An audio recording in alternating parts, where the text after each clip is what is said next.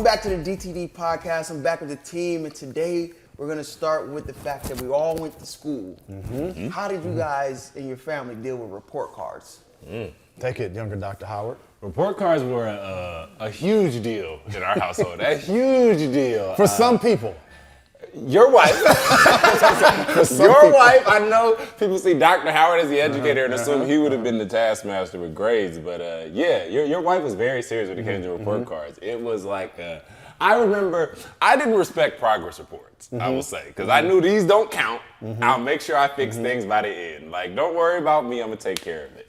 And I just remember when we'd have to come with the progress reports, I would always try to make sure like Lonnie or Mila didn't give theirs because then mom would know I had mine too. Your brother or sister. Exactly, my brother or sister would have theirs, so then that meant that I had mine too. So I tried to lose it in my backpack. I tried to do whatever I had to do because then people taking my iPod, people taking phones. And report card time was punishment time for me. Always at progress report, always for the same reason. They made it way too big of a deal. I always take care of everybody here. Typo? You got a report card? What comes to mind? Just don't take it home. I think they start requiring that you got to get it signed. By Yeah. I don't know if I ever took a signed one back. So look, at one point he got a stamp for work purposes. And he's leaving it in the cabinet. I used to love stealing that. Give me a stamp. Go ahead, take it to school. Hope no one says anything. But my report cards weren't always that bad though. But yeah, they wasn't A's. Yeah, see, my thing was if the report card is good, what you have to worry about? So I knew I would have good report cards, and so I think for me, when I think report cards, I got good grades all the time. So I was happy to show my mom and dad, please sign 3 times, 4 times. Because even if I had good grades, it's also the comment section at the side talking about like, oh, he talks a lot, unsatisfactory. There was a lot that came with it as well for me that made it not the best time of the year. So I'm just curious to see how you will be as a parent, because I think the very thing you say that you didn't like as a parent, as a child, you probably would like it as a parent with your children. I'm gonna try my best not to. I should be as long as I don't even know why we do progress reports in the first place. You know what your grade looks like. Let's just wait till the end and see what plays out. See, I think I parented in a way that I liked. By the time I got to middle school, I think that was the last time my parents saw my report card was in middle school. When I got to high school, they say, how are your grades? They're fine. Okay. We had the honor system. It worked out. I think my parents felt like, look, if you fail, that's on you. You deal with the consequences. So. There was no honor in this household, I guess. Okay, so with that, we're going to move on to the first topic. And the first topic is about vaccine mandates in schools and how do you feel about them? Excellent conversation. I'm glad you're here. Yeah. Why don't you give us your take? Tee us up, host. I think vaccines mandates are terrible. I think that you should not be, I think that there's some that you might need, right? Like chicken pox. But stuff from like the 1930s, polio.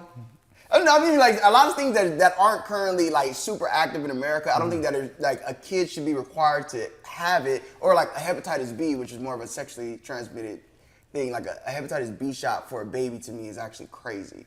So I think that vaccines should not be forced, which is why I just saw that Florida was the first state to no longer make it a requirement for kids to be able to go to school based on that. So I think that that's amazing. I think that California has too many, especially when I realized how many vaccines children are supposed to have just to go to school. And I personally know people who believe vaccines cause their child to have autism and other kind of like problems like that. So I am against it, being a parent with 2 children that are not fully vaccinated.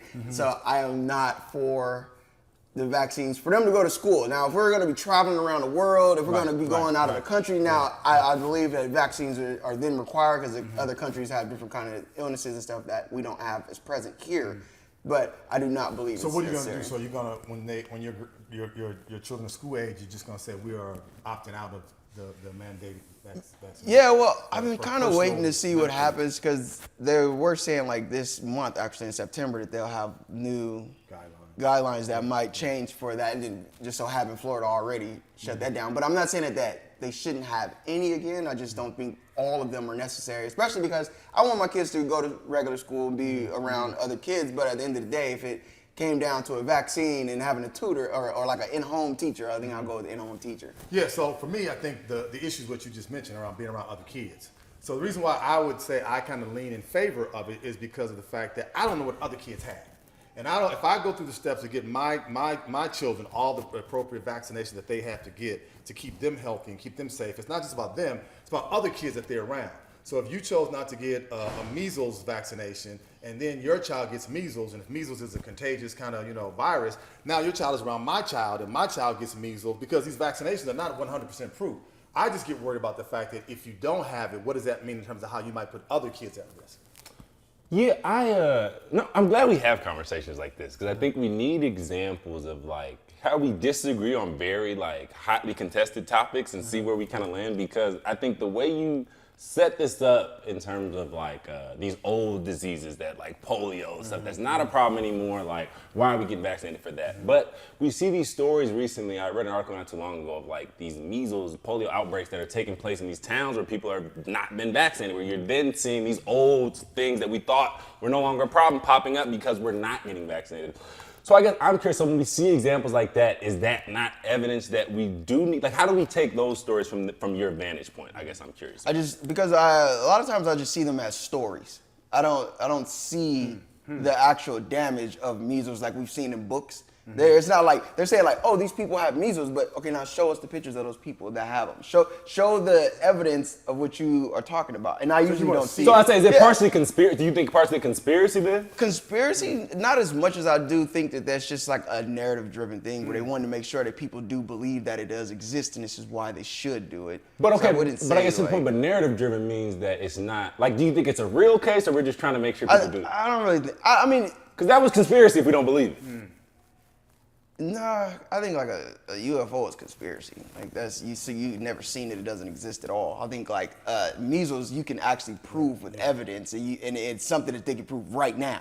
Question: So, you said also the number of them that are required. What if they spread them out? So it wouldn't matter. No, and then another thing that bothered me was the first time we missed a schedule shot with our first daughter.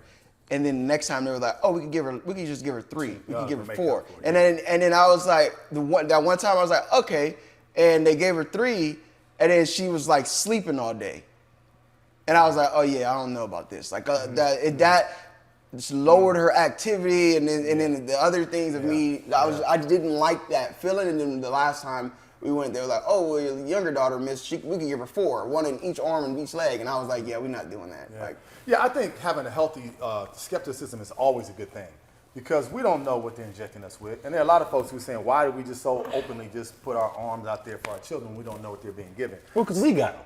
Right, and we feel like we worked out. We turned out okay, right? So but we're not our kids. But the amount from when you were younger and when I was younger. Uh-oh.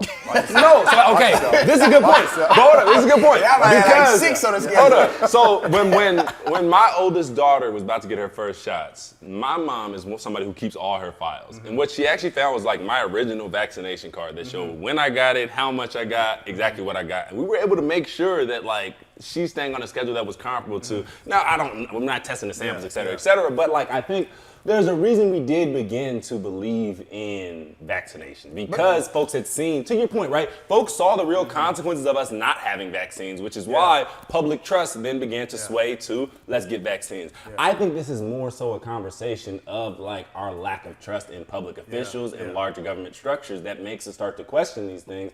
And when we bleed into like this questioning, it's not just questioning like public, but I think we also have gotten into this questioning expertise and like this anti-expert era that we've gotten in, where I am a believer, we shouldn't just, follow blindly behind stuff other people have said just because, they're saying it and they have certain positions. But I do think we have experts for a reason. Like, and there is a trust that when we start to not trust these people, we're going into uncharted territory that can get pretty scary. Okay, well, here goes your experts. The experts said that everybody should have a COVID vaccine, right? I never got one.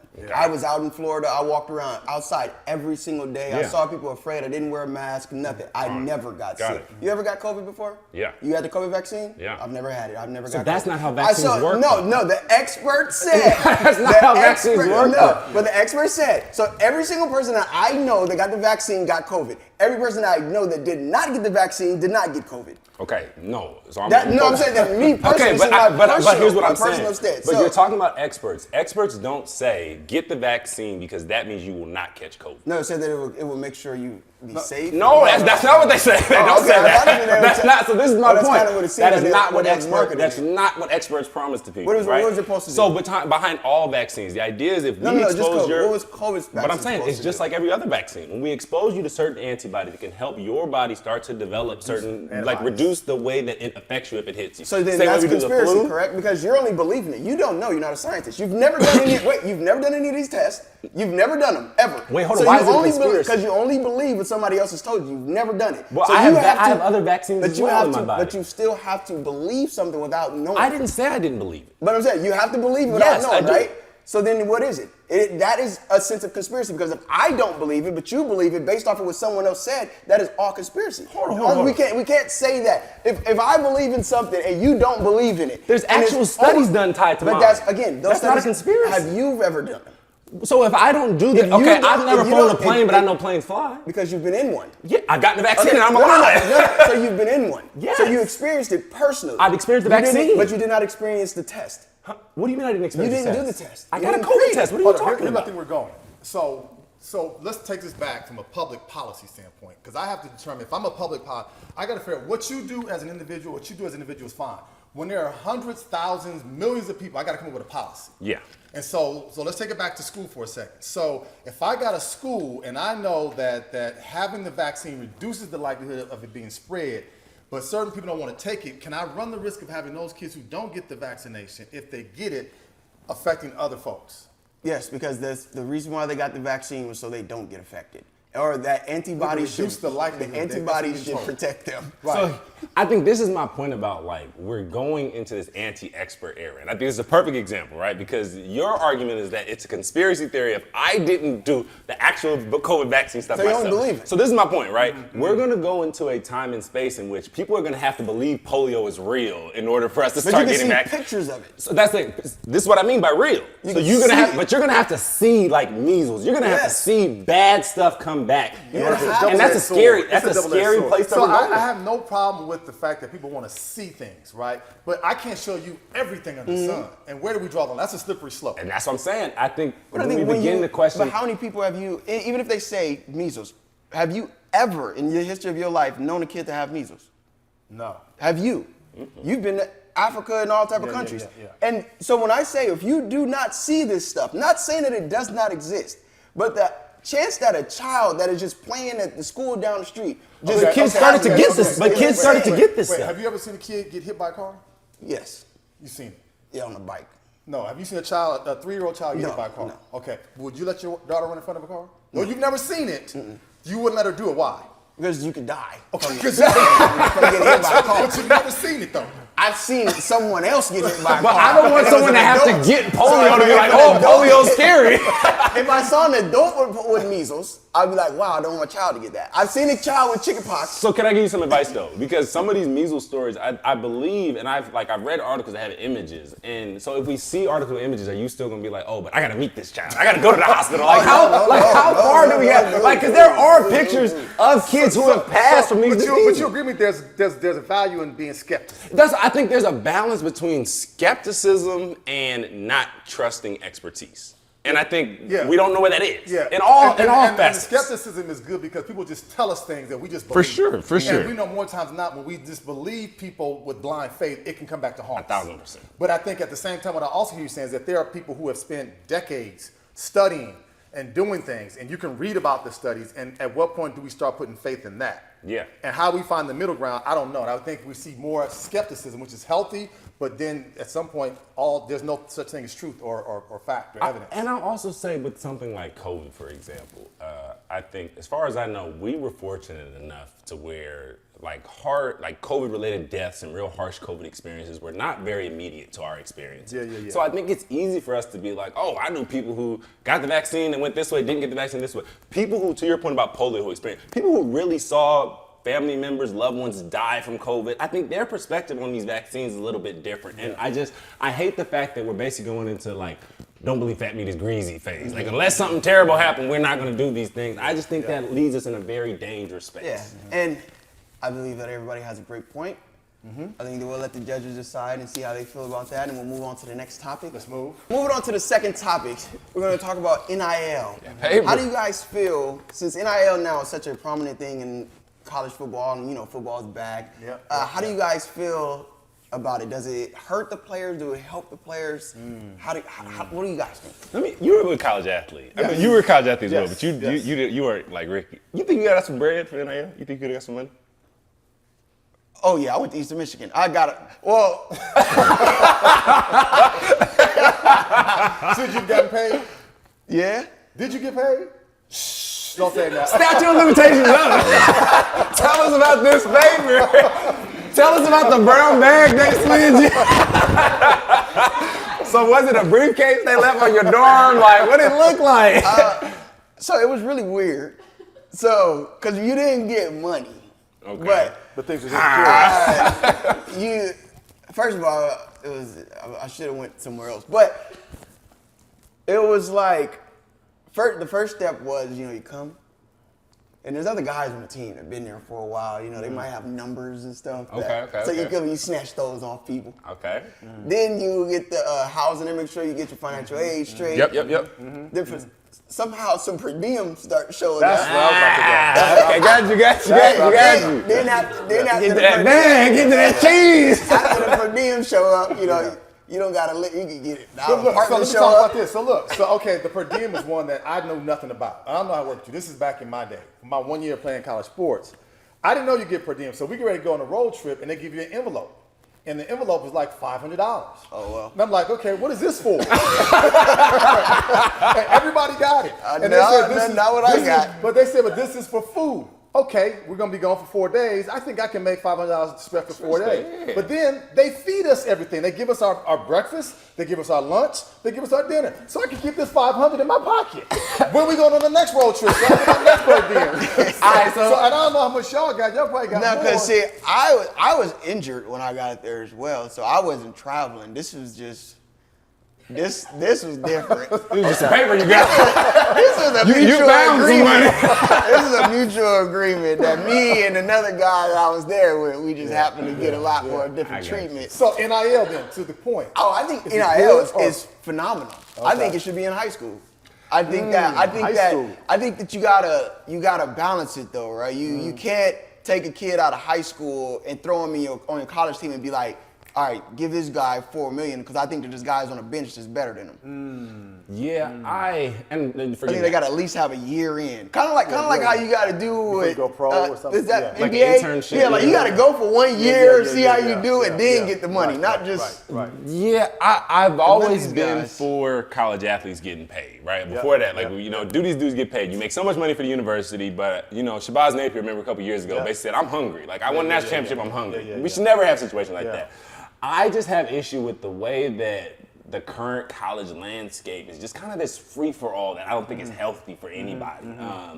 I'm for athletes getting paid, but I think we throw a lot of money at a lot of young kids with very little oversight over how they're negotiating these deals. We don't know who has their hands in the pot. You're not giving much financial literacy for these. I'm 18 years old and you just gave me $10 million. Like, what do I do with this money, right? Do I understand taxes? Do I understand different ways I can make this money grow? I think that's a problem when you compound that with the transfer rules right now where kids are just going wherever at any time. I just think this free-for-all doesn't set up young people well for life after sports. For the majority of them, they will stop playing after they graduate. This is true. But stop playing with $1 million. Yeah, that's what I'm about to say. But I'm not saying we don't do money, but how do we set you up to be responsible after you leave with? So I would agree with the first part of what you said. Look, for years, I feel like colleges and universities have been pimping out student athletes. So I'm all for young people getting as much money as they can get. And I'm okay with the free fall. Because guess what? Universities have had free fall for years, and we still Adults, though. Yeah, fine. But if adults can waste money, why can't kids? And I would also say, but listen, I would say this: look, coaches could jump and go from school to school, year to year. Why can't the young people go from school to school, year to year? My thing is that it's like university higher-ups want to put structure and rules and limits and caps when it comes to young people, but they don't want to put structure and limits and rule when it comes to the adults in the room. And my thing, college presidents can get an offer and they can leave tomorrow to get more money. Yep. University faculty can leave next week and get more money. College coaches do it all the time. I want a kid to commit me for 4 years and next year you're out, right? Yeah. So why do we now want the kid to say you can't transfer, you got to stay here for at least this, that, and the other? We don't want to throw a lot of money at you because you might waste it. There are grown people who waste a lot of money and we're okay with that. But when it comes to young people, especially young black people, we don't want them to waste money. So I think there's two arguments to be made here. I think I'm not saying we don't give the money. I'm more so putting more responsibility on these institutions and the larger NCAA structure to provide more support as we're giving the money. I Very think structures that was pimping them for the longest. Yeah. because we can use the structure, but how do we begin to use these structures to help? They're still not putting helping. responsibility on the parents. Like if you have this, Because not everybody has parents that can help I know, them. but some of these kids have great parents. But what if I don't? Some of the phenomenal kids right now, right in today's world, it's not like 10 years ago. But hold up, let's think. Today's but world, the kids, some of them have both parents in the house. But football, you know this like I do, particularly for football teams. You have 50 plus players. We can't say that the majority, like we know for sure what family backgrounds look like. I'm also say this with like the transfer. You're saying why do we, college presidents, coach can go. 1,000% yes. But what we got to remember is the primary goal when you sign your scholarship is for you to graduate. That's your top goal. But the university Graduation is not in the contract. You I didn't say it was in there. But is that not our? You work at a college. When our young people sign up, the goal is for you to graduate. But how many? I'm just saying the goal. plan? But I'm saying the goal. The goal is for you to whose graduate. goal? Right. The majority of college athletes will not sniff professional sports. But they don't Yes. plan as a goal to graduate. Ricky, on a If 52-man anybody- roster, the majority aren't planning on graduating. Any basketball players really want to be one and done. Yes. No, hold up, Dad, hold up. On a 15-man roster, most of these dudes go there nowhere near one. They want to go. Yeah, at Power 4 schools, you don't think even the 12th man thinks that he can go pro. I'm not playing. I know I'm not going pro Because next year. this coach is not giving me a chance. But if I you transfer- NIL But Out of most here. schools aren't power. Most schools aren't Power 5. That's true, what I'm saying. But I think we're speaking to a very like 1%. I know, but so that and 1% versus like the majority. That 1% is getting all the money. Though. Yeah, But I'm saying, but still, the others are getting caught up in the. This is my point. The others are getting caught up in the nonsense because you're hopping in the transfer portal. There's no coaches out here that are looking to take you on. Why do You're you going to think get kids hop in the stuck transfer portal? because they want to play. And they think they want to play because they think if they play what? They can go pro. I'm not saying, but most of them still know I'm going to have to finish school to go pro. I'm not leaving after 1 year. Look, you can take Alabama. You think most of these kids think they're leaving after 1 You year? can take Alabama Football players second got to stay string. 3. Football players got to stay how long? 3. So you got to stay 3 years. Most of them, this is the math thing. Most of us are not leaving in 3 years. Look, quarterback for Georgia, Stetson Bennett, yeah. he went to school for 6 years. Yeah. He did not graduate. This is my point. This is my point. But this is my point. You're making my So point. what's your point? My point is just that, like, there's a reason why adults who are like established jumping around mean something different than young people who are jumping around. Because he just talked about someone who spent 6 years in college and left with no degree. That's a problem. He might graduate this year. You're He might graduate this year. No, he's out. I thought he was at Miami. So the argument is, you said most kids expect to graduate. No, I said the goal when kids sign up should be But to graduate. To Typo's point, whose goal? The institution's goal? Oh yeah, I was saying the institution. The goal is for this kid to graduate. I would say the goal is to help make money for the school. Yeah, that's But it. but you know this as well. Most of y'all not care. gonna make us a ton of money. Basketball, football, maybe. Most of y'all are not gonna make us a ton Yeah, of the money. golf team is not going to Yeah, y'all not gonna make us money. So I think we need to talk about revenue-generating sports, i.e. football. Yes. And some basketball programs versus Very everything few. else. Yeah, right? yeah. But I'm telling you this. I think that most of the young people on football schools in Power 4 conferences, like 99% of them, think I can go pro if given the right opportunity. I'm not necessarily doubting that. I think, and that's getting us slightly away from the argument. You're talking about, like, we have college presidents, et cetera, transferring. We also have a responsibility as folks that are older that understand the landscape Yeah, to yeah, not, yeah. we're not gonna follow the kids. That's not what we do. But that's what the guy did at USC. Who? He brought Caleb with him. Oh, No, I'm saying we don't let the kids lead what we're gonna do. But I'm saying that maybe That man took him with him. The way we deal with it, you get an outside entity. I can't have universities, the very entity that for centuries was taking advantage of kids to now say, we're going to give you the advice. Give me a body outside. Oh, that's fine. Of I'm the just university saying- or outside of the NCAA, made up of parents, advisors, coaches, former players. 1000%. That's the body that can come up with the rules. I don't want the NCAA. That's fine. I don't want colleges. I don't want conferences because they are in it for one reason, for them to make money. And I'm 1,000% And it's the fine with NIL that. part. The NIL part. But go ahead. We want to make sure that the kid, we want the kids to be able to make the money. I'm with you. Yes. Not I disagreeing. think there. we all agree on that. So what is? My thing is, okay, I want the kids to get the money, but I don't think it's a good idea to just hand kids. Number one, so let's take it on a couple. I think businesses can be predatory with high schoolers, right? Yeah. And like there was a story that came out a few years ago. The kid who had signed at Florida didn't realize part of the deal he signed, he had promised like 10% of future revenue that he had to give back to the people that gave him the deal. Yeah. So like we're letting kids set up deals who may not know what they're doing. So that that's means dangerous. people should start getting agents involved. So that's what I'm saying. Like we should have more oversight over this process. But the question, I think we agree on that. The question is who does the oversight? Yeah, who does the oversight? But you said something that's interesting. You would give NIL to high school students? Yes, I would 100% give it to high Why? school kids because a lot of them, and this is what I truly believe, the best athletes never make it because they didn't have the opportunity to. So you give money to these families. And now the families can move. So let's say. But your argument was just that everybody got two parents now. You just said that. But let me finish. You go to Compton. You just said the athlete got two parents now. Make the point. You go to Compton. Or South LA. I don't like Compton. Yeah, okay, all right, South LA. Yeah, okay. You grab 6'6", 250-pound high school quarterback that just randomly lives out there. They not walking around. Okay, I'm saying like you grab the random amazing kid out there, you bring him out to a place like Santa Clarita. Yeah. You set him up. His family and everybody's set up now. He's in a good environment. He's away from all the shiesties and everything. Yeah. There's shiesties in the Santa Claritas too. Yeah, but it's not. They're a little look different. different. Yeah, they different. So now he here. He here, right? Now he Arch Manning when Arch Manning was in high school. Hold on, I'm not following So this. we should pay him. Yes. But let's stop. So now you just that said money opportunity changed this kid's life. But you just said kid. Everybody got two parent households now. Yeah, You just said that. a lot of them phenomenal kids because those kids grow up in good areas. So then what is it? Then are these kids still over there? How does that both make sense? When we talk, a lot of the really amazing kids get caught up in their environment. What Yes, I'm saying is yes. Take them out the environment. NIL in high school can move kids out of some of these bad environments and put them into better But places. you take the parents with them. So the Yes, 6'6", 100%. 250 kid who is a superstar in the making, we say, okay, we're going to give this kid $1 million. Does he have to bring You mom don't and give dad it. with You him? don't. Yeah, I think. I heard you saying because technically high schools have gotten in trouble for doing this exact thing. What's the name? Just had to shut down their whole Yeah, season. yes. Bishop Montgomery. Bishop Montgomery. Yeah. Right, yeah. They had to shut down their whole football season. Yeah, They I'll got be it. honest. That's on point. But I think to this point, I That's a good think point. I think what he's laying out, the minute private schools really took over, and I'm speaking to Southern California, we know this region a little bit better, but I think once private schools really took over the sports landscape, that kid he's talking about, they've been getting taken to the suburbs anyway and like taken care of because we see that you're. Yeah, but I don't think you give them the money. I think you So, set so up the an kid at account. Crenshaw, should he get? Oh God, yeah, bring them all out. No, but should he get the money? The money, And no, then you they have to should stay get. here. They should get. I think it should. This be sounds like a public service good at this Like point. an allowance-based So kind of thing. Typo is an alum. I mean, Typo wants to see the Crenshaw program do well. Typo's done well in his life. So Typo says, I'm going to pay this kid who's this really good quarterback at Crenshaw like $500,000, but make Crenshaw good again. No, I wouldn't take them there. So he has to leave The Crenshaw environment. to get The the environment. money. The environment is tough. But then the hard part is, why do we have to take kids out of the environment, though? Because when I was at Crenshaw, I remember there was this white quarterback that came. The guy was amazing. To Crenshaw? Yes. Oh, why do you say it like that, Lil? Because you never talked about white teammates you had at school. You always said you met white people when you came out here.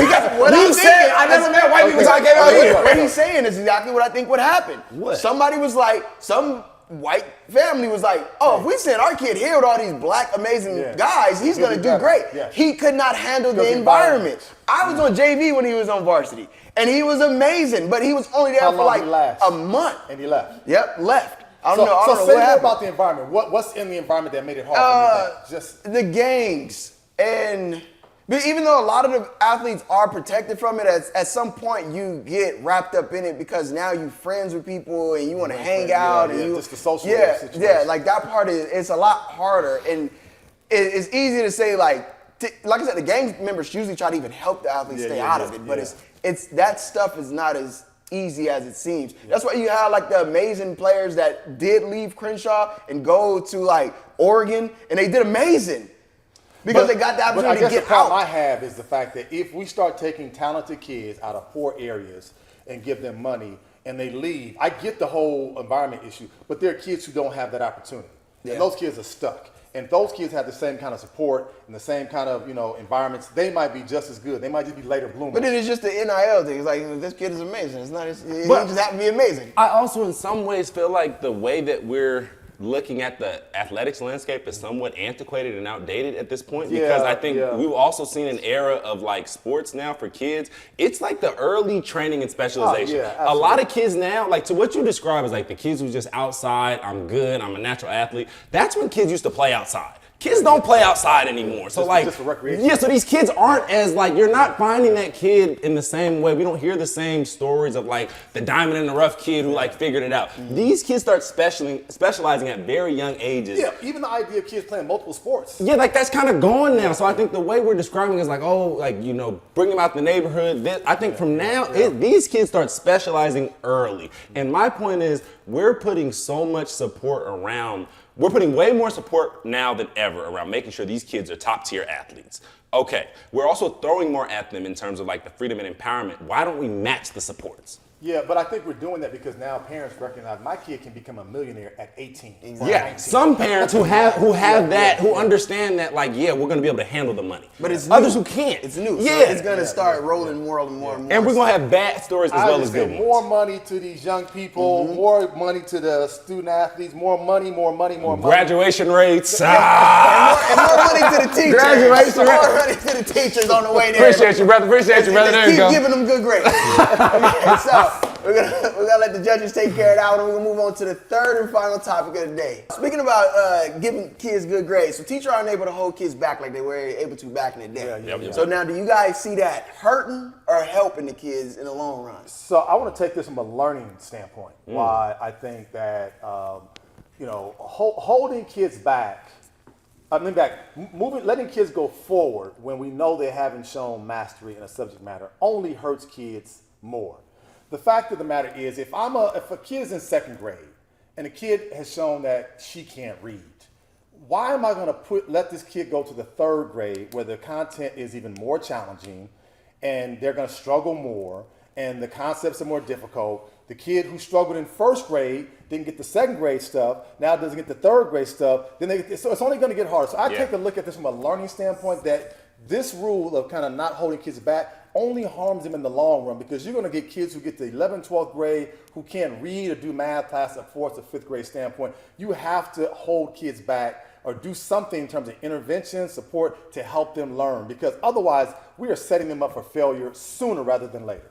Yeah, and I appreciate you taking the learning side, because I think, yes, in a perfect world, in a vacuum, that is right. If you're not reading, the example you said, right, if you're not reading in second grade, we will hold you back, give you the individualized support, attention you need to make sure you promote the next year.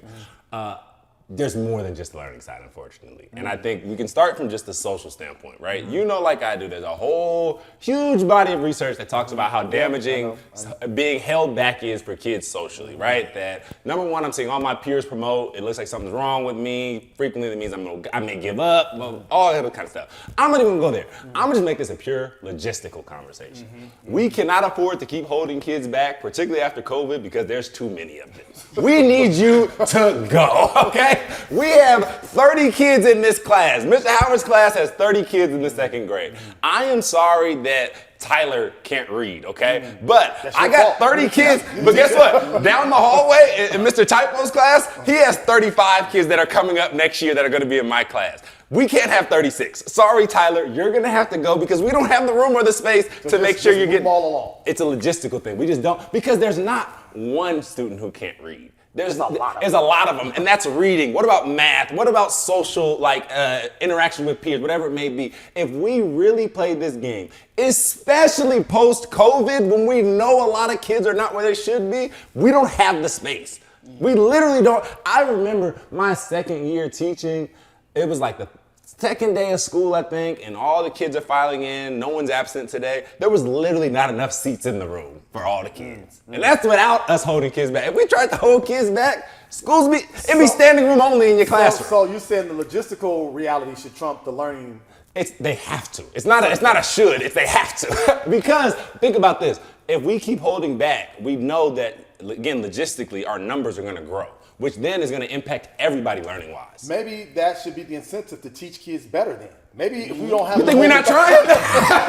You think we're not We trying? said pay teachers more. So if you knew that, look, I got to teach these kids, otherwise my class next year won't be 30, it's going to be 60. And then we're going to have to hold back 20. And then we just keep pushing it back, pushing Maybe it I back. need to do more popcorn reading. Maybe Look, a little more. that has social That's the most- consequences. Some kids don't like getting called on, right? I think, yeah. unfortunately, in particular, I'll be honest, and we realize that for certain states it means different things. California, where we have a lot of kids, I just think realistically we can't play that game. I get the logistics, and that's real, and I can't like minimize it. In Maine, maybe we can do what you're laying at. But I'm just saying that you see it. You can see kids in the 12th grade, and like this kid's about to go in the world. What about the About to get a social piece? job. Okay, what about the social piece though? I get that, but how's this kid going to even apply for a job online if they can't spell job online? How's this kid going to apply for a job to do something and they can't do math beyond like a 4th grade level? Like we have failed as a system. Okay. We knew that kid was struggling when he was iPad 6 kid. years old. So let's go to that point though. If I got here K through 12 and y'all didn't teach me, you think an extra year was gonna help? You think 2 extra years is gonna fix I'm that? saying if we could have fixed the problem when you was 6 years old, when you was 1 year behind. You didn't fix it when I was 5. You didn't fix it when I was 4. Because the logistical problem said I had to push you along. And we gonna keep having to push you. Unfortunately, and I think I think honestly, instead of the whole, holding kids back, what I think it speaks to more is how do we begin to help parents in supporting these learning objectives? And then maybe we start to pick out certain kids and we provide additional parenting supports to the previous conversation. What extra supports can we provide? And that begins to help because logistically in schools, we're full. You know that sign with like, we're full, no more? We're full, okay? But we gotta be careful with that because I don't want to put this solely on the parents. Some teachers just don't teach. I'm just You saying, do the your more job. learning opportunities we have, the better. I got packets. So I Right, think right. additional teaching supports as well, but we know those are your first teachers. It's not us. So what else can we give folks at home to help? Not saying they're doing something wrong. So you be in favor of mandatory parenting classes. Ooh.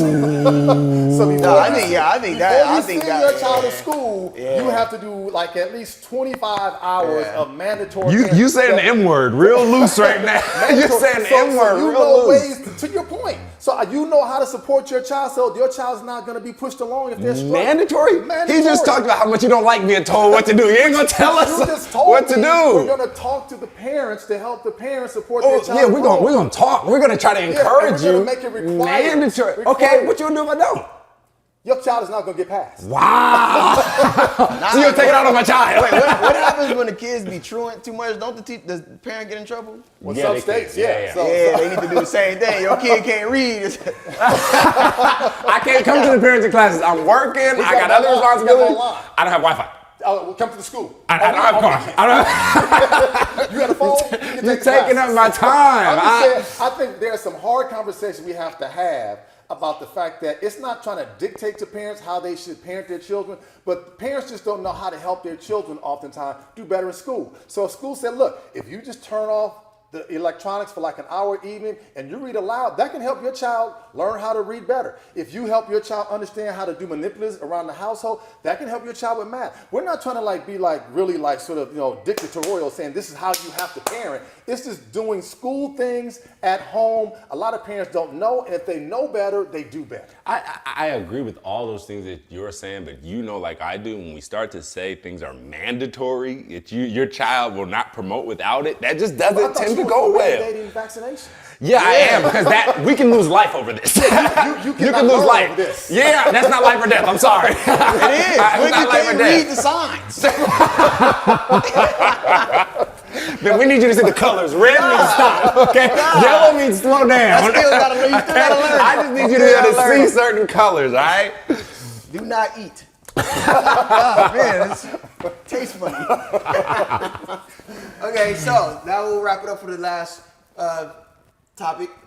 So while the judges figure out and deliberate what you're going to decide who won this one, I have a take for you guys. Typos takes. Typos takes. What you got? This one goes back to college football. 'Cause I saw something over last week and I just didn't like. So how do you think? What do you think? Like, is it okay? So you have Arch Manning. Yeah. Who loses by 7 points Yes. to the number one, Got beat down. the number Got one beat team down. right now. Yes. OH. They lose by 7 points. Yes. And then this week he goes against a team that, you know, but he's phenomenal. Yeah. What's your take? Is it okay for people to talk so badly about these young guys over one game? You know why? You're getting paid. Yeah, I was just about to say that. I was just about to say You're that. getting paid. I can put an actual dollar amount on how good I think you are. But you lost by 7 points. But we're paying this dude $10 million. We want you to I did win. a $10 million performance. But the next week he gave us 20 million. Well, your competition you played though was not up to par. Okay, when you played in big dogs, who I'm paying But big it's dog 7 money for, points. I still. It L was, is an L. and it was more than that. You watched the game just like I did. You didn't look like a $10 million quarterback. First game jitters. Hey, I paid you $10 Everybody million. had a bad That's game. supposed to cure jitters. So, Okay. so if you hire a person to do video work for you, and you pay this person $5 million, you have an expectation of what they're gonna give you. They can't say, "Oh, sorry, Typo, I had jitters because it's my first time working with you." Okay, but he going up against Steven Spielberg. You still are gonna. I know what I got But you're here. still not gonna settle when they say, "Oh, sorry, Typo, I had jitters because it was our And we first get time." and we get I paid second you $5 place. million. I paid you $5 million to give me a high quality product, and you gave me something I could have paid somebody $500,000 for. But The everything pay, was right. It was just, you feel better. But everything wasn't right. Everything wasn't right. I don't know. I think it's bad that they talk so bad about people in the first week. It's not like y'all quarterback. You see, Yeah. like, Okay. that guy's a little different. But I think it's also the idea of like this is the money making machine. Yeah. Y'all are benefiting from it. Yeah. You got to see the good and the bad sides of it. And that's why I was whacked that college athletes weren't getting paid. Because basically y'all can kill on me like this, make money off of me like this, and I don't see anything. At least now I get to be a part of the pot. Yeah. But it's like, all right, so what? Alabama the week before lost. Yeah. This week they destroyed the team as well. Yeah. It's a what have you done for me now culture. Yeah, and I just think that it was too harsh on him. And if all of a sudden he wins the Heisman, then it's gonna come back to that. Yeah. It's like I think you got to give people like Yeah, 5 I think weeks. Typo's take is fair that we are quick to just condemn somebody after one performance, praise them the second week, come down on them the third. But I think that's just the whole NIL era now. When money's involved, the expectations are higher. And that the reality is these are 18, 19, 20-year-old folks. I think that's unfair. And what we don't talk about enough is what's the mental health part? Do you start to feel depressed? Do you feel pressure? Do you feel anxiety? Like there are millions of people who are expecting me at 20 years old to be like flawless and And to be Ohio perfect. State, you on TV they look huge. I'm gonna say this. My real problem with college athletics is Ohio State played Grambling yesterday and beat them 70-0. And I just want us to stop setting HBCUs up as cannon fodder. Okay, so I know that is the reason we give money to HBCUs, but I'm tired of these cannon fodder moments where we just get snapped on as HBCUs, and it's like, here's the money, go ahead, take your beating and go. Like I don't like that idea, and I want better for our HBCU athletics, and we got to figure this out. Okay, Get better. We're trying. Y'all taking on the brothers. Okay. Get better. Okay, so we have the results. You know, and I mean it was a little close, like Ohio State and Texas. But you know, at this time you're gonna have to beat Texas because Ohio State over here won. A Buckeye beatdown, right? Oh yeah. Yes. Didn't we say it barely? Right? Yes. Barely won. What we say is a win is a points. win. The public has been speaking to me in different channels and letting me know that they feel like these results have not always been reflective of the true results. Sound like Trump. And after so the today, 2020 I want a recount. The judges got it right. And I just want to thank the judges. I want to thank my participants for a healthy and hearty conversation.